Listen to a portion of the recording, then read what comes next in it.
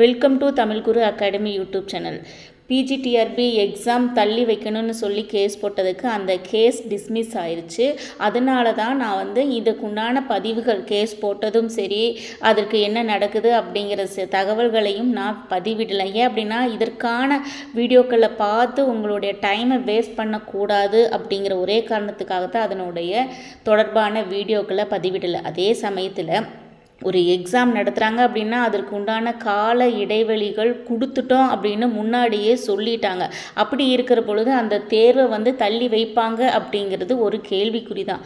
பலர் என்னிடம் ஃபோன் பண்ணி கேட்டதற்கு நான் சொன்னது கன்ஃபார்மாக 12ஆம் தேதி தான் நடக்கும், திடீர்னு அவங்க தள்ளி வைக்க மாட்டாங்க அப்படின்னு நான் சொல்லியிருந்தேன்.